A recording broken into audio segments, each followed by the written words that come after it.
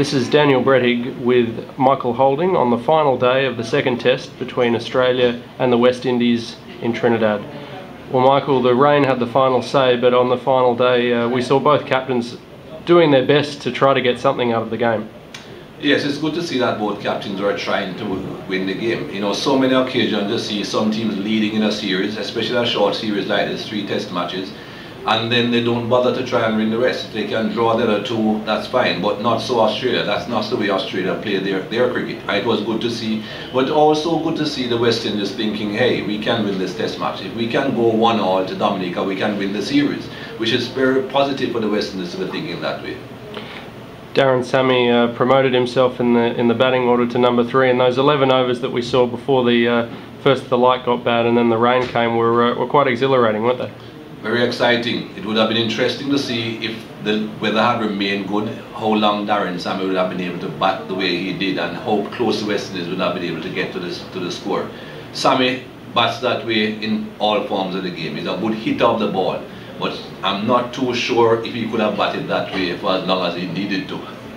How would you like to see his game and his batting develop? He's become quite a good leader for the West Indies in the sense of the togetherness that he's bringing. But what can he add as a player to what he already has?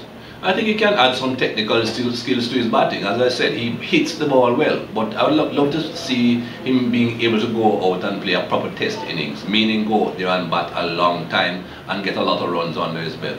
It doesn't show so far throughout his career that he can do that. This was his 40th innings. He still only has 1 half-century. He's averaging less than 18 runs per innings, so he has to go out and show that he is capable of playing a proper test innings. Kemar Roach had a very good test match. He's the first West Indies bowler to take 10 in a test since Corey Collymore, and the first against Australia since Curtly Ambrose. That's quite rarefied company, and he bowled well on a difficult pitch for quick bowlers. He bowled very well. He has been bowling well since the Barbados test match. That second innings in Barbados, he bowled like a lion. He kept on charging in, he got wickets, and he has followed up here in Trinidad. As you said, a pretty difficult pitch on which fast bowlers can get wickets, and he bowled beautifully throughout. 5 wickets first innings, and he came back and repeated. Not many people can repeat. As you said, it's been a long time since the West Indies has taken 10 wickets in a test match, and it's not easy to repeat. He did that. Will you be fascinated to see how he goes in England later this year? I think he'll go well.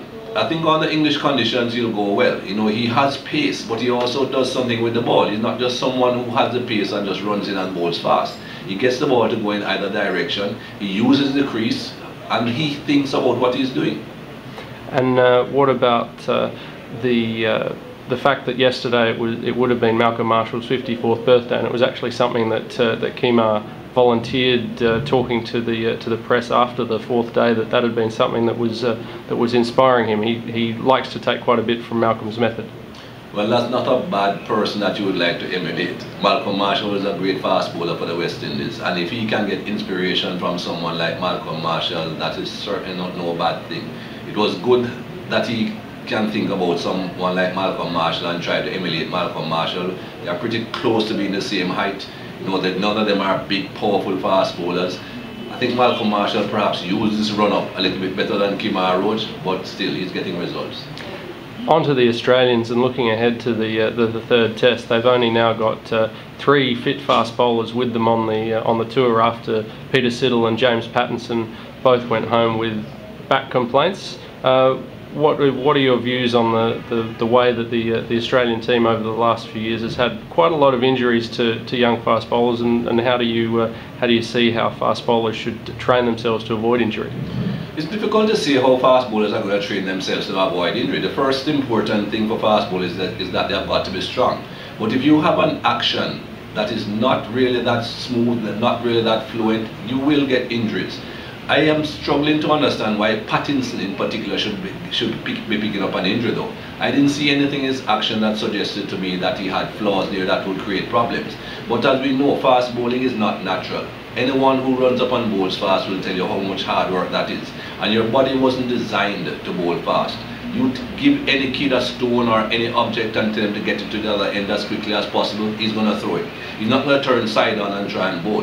So it is an unnatural action for any human being to do, and you will get injuries. And lastly, going into Dominica, the final test match, what do you think of the one key thing that each two sides needs to look at between now and then? Well, the West Indies have to think about how they're going to get some runs on the board. They batted well in the first innings in Barbados, 449 for 9. That was a fantastic first inning score, but they have struggled since then. That is something that they have got to look at. We saw them change the opening partnership in this second innings. I'm not too sure if that's going to be a permanent change, but they need some stability at the top of the order so that the middle order can benefit from that. And the Australians? Well, the Australians, I don't think need to do a lot different from what they have been doing. They have been playing pretty good cricket. Every time an opportunity comes along for them to seize the moment, they do. West Indies have been in front a lot of this test series, a lot of days, a lot of different sessions. But whenever Australia have had the opportunity to seize the moment, as I said, and to try and get back on top, they have. I don't think they need to really change too much.